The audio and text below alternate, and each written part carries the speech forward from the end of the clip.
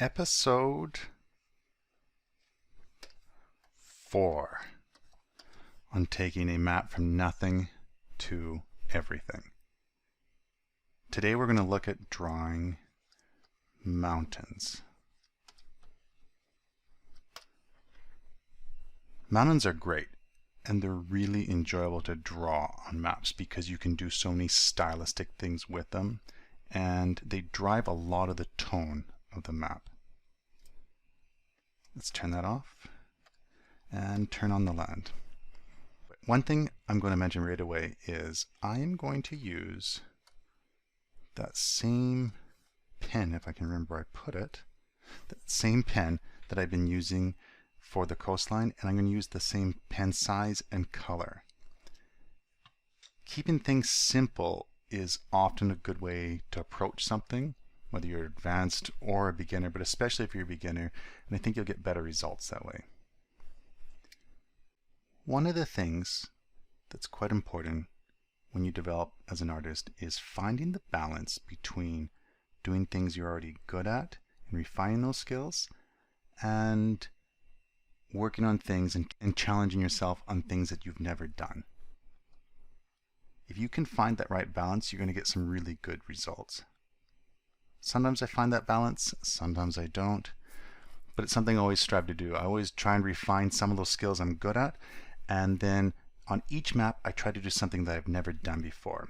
And the reason I'm bringing it up in this video is mountains is an area that I often try and do something just slightly different with each map because you can do so many things with the mountains. Now with these samples here, they all look kind of the same. And what I would do is, generally I'd actually have a pretty solid idea before going into it what I want that mountain to look like.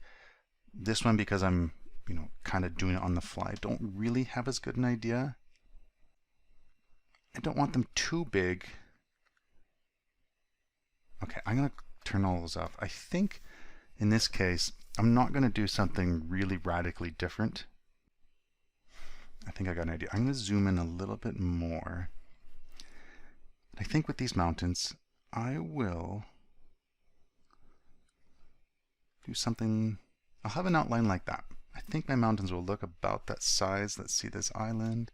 Zoom out just to get an idea. That's an okay size. Maybe it's a hair bigger than I want, but for this right now I'll keep it. And very often with these mountains I'll do lines like this. This is if you're talking about default styles, I'll do something like that. Maybe a little bit over there. I'm not going to do it for this map. I'm going to do a slight variation of it. I think that I want to draw some ridge lines on this mountain. I've done things like this before, but it's definitely something I don't do very often. Have some come the other way maybe. And I think if I do something like that,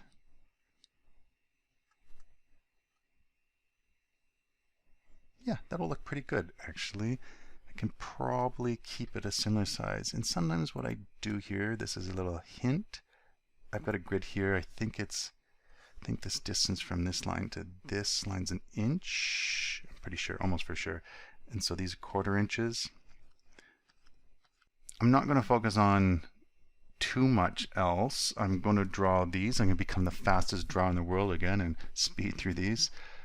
The one thing I will think about is what side do I want the sun coming from. The way I drew it, this side will be the shadowy side. So when I color it in, or shade it in rather, that side will be darker. And I think that's okay. I vary it, I change it just depending on the map. I cover this side, so I'm just thinking, is that going to work for what I kind of see in my head? Yep, that'll work. And the last thing I need to decide is, will I have them overlap like that? Yeah, I will have them overlap, something like that. I need to work in this a few times to make sure that the mountains look about the same, but with enough variation between. Don't want to do too many of the same. Something like that. And the next one you can see I kind of did the same thing. I'll try to vary that. Okay, I'm going to start drawing these. So watch me become the fastest drawer in the world again. Maybe I'll dictate as I go a little bit. Okay, I was just looking for a new layer, and I realized I hadn't really decided where I wanted the mountains. So drew a quick couple lines, looked at it from afar to get an idea of how I wanted those mountains to run. Tested out the pen again, started drawing the outlines. One of the important things to follow, I guess a point in practice I like doing is I like doing all the outlines first, and I'm really conscious at the speed at which I'm drawing these. I'm trying to make sure that if it takes me just, for example, 1 second to draw that first mountain, by the very end I'm wanting that last mountain to be 1 second as long as well. It actually makes a big difference because you want your mountains to look consistent. I'll zoom in and out often just to get an idea of how it looks on the map as a whole. And I added a few in spots I wasn't necessarily planning, but generally I followed those lines. I looked around and I added a few more just to balance out the map. Those ones I had planned, and the ones at the top there I hadn't planned. Went back to drawing the rest of the mountains, just finishing them up on this southern continent. Had this section to the right, and then this last section over here. And you can see that even though I'm drawing a chain, I will vary the position of where I start those mountains. I find that helps me balance out the chain a little bit. Looked at it as a whole, and at this point I decided that I was going to draw some of the details now. Very often I'll hold off on doing that, but because I haven't drawn this type of mountain a whole lot, some of it was a new technique, I decided to draw it now. You can see that with each one of these I'm drawing a ridge line. I'm trying to vary them, but have them again look like they all belong to this map. Don't have to erase them too often, but if it really doesn't work, I erase it. I like some of that organicness of mistakes sometimes, honestly. You can see that I'm just finishing off over here. That one I didn't like. And yes, I had missed this section. And again, when I got to the end of this, I did something I don't typically do. I decided to draw more of the details. I made another layer. I made the pen size even smaller. I have to remember this as well. It's going to be 8 pixels for those tiniest details. I do want that consistent through the maps. And you can see that, here we go.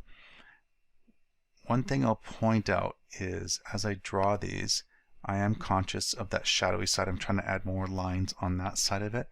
And you can see that when I'm drawing another set of mountains, I'm trying to make sure they look like the other ones, but I keep the other ones in view. I found in the past that if I just started doing them on their own without looking at what the other mountains looked like, occasionally a different technique or line type would creep into it.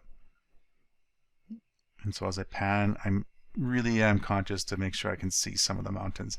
And this is a bigger deal when you're drawing digitally rather than traditionally a piece of paper, because you can see the whole screen, or basically you can see the whole paper better when you're drawing traditionally. When you're on the screen, you zoom in, you lose track of things a little bit. So I do like having that reference. And this took a little bit of time. The whole mountain chain drawing I think took almost an hour. This part probably took the longest, but in some ways it's the most fun. Get to give each mountain its own unique little story. It's interesting where the mind goes when you're drawing this. Sometimes I'm doing a little bit of world building, sometimes my mind goes other places. I do find it somewhat meditative drawing these little details, especially once you get into the groove and you know what the mountains look like and you're not having to think about it too much. I do try and make sure that you see in some of those ridge lines where there's the pointy parts, I do try and draw lines coming out of those. That really does help with the effect. this was probably the last little section that I did.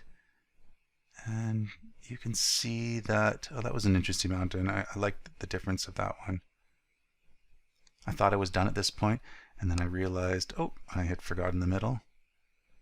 Really important to look at the whole piece. Occasionally I'll actually turn off the layer to make sure I'm drawing on the right layer. And, well, there it is.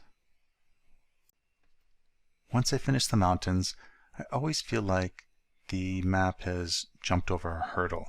It's gone to the next step. The mountains are so important to these type of maps. In the next video, I am going to talk about forests. Almost always I do the mountains first and the forest second. That's just the order I like drawing them in.